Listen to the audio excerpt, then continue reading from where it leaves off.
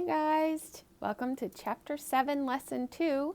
Yesterday we did multiply by threes, and today we're going to be dividing by threes.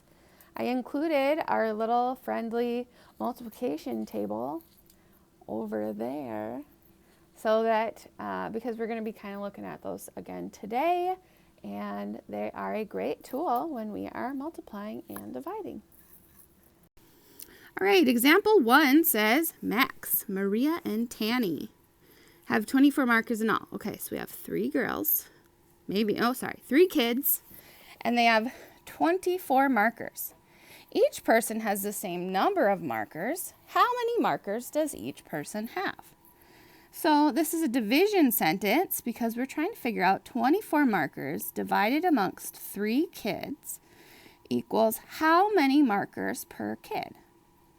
So one way for me to write this instead of in a line division is I can write 24 divided by 3. Now, I'm going to use a multiplication table because they gave us one. So what I need to do is I need to find 3 because that's one of my factors. It's called my divisor. And I'm going to go until I get to 24.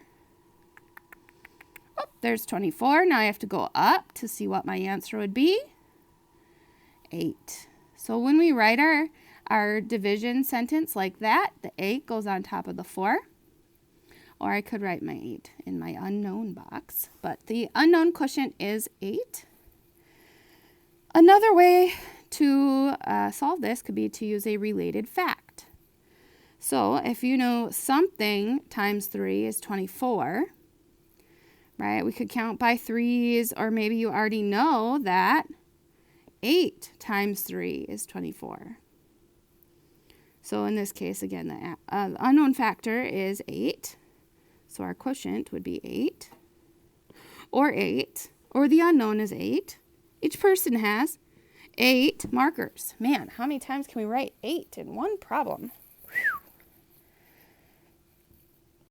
Let's look at another example.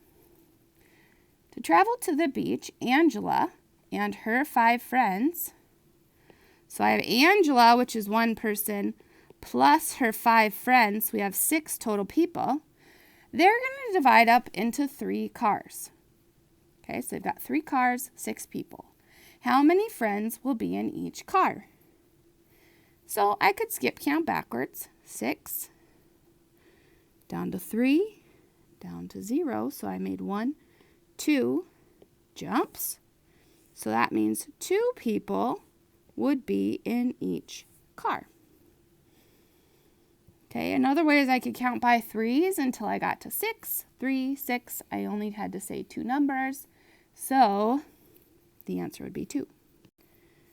Okay, and our guided practice here, follow steps 1 to 3 through 3 to find 21 divided by 3 using the multiplication table. So first I need to locate row 3. And follow row 3 to 21, circle the dividend. Okay, so we're going to follow row 3 until we get to 21. Oh, here it is. Okay, and now I need to go up from 21 to know that 7 times 3 is 21, or 21 divided by 3 is 7. Okay.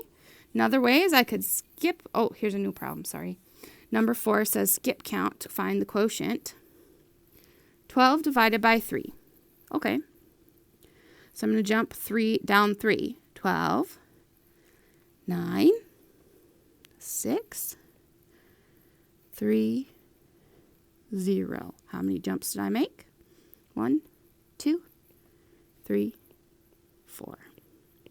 I need 4 jumps. All right, and that is all I have for you today. I just think the more practice we get, the better we're going to get at those darn threes. And let me know if you have any questions. Bye.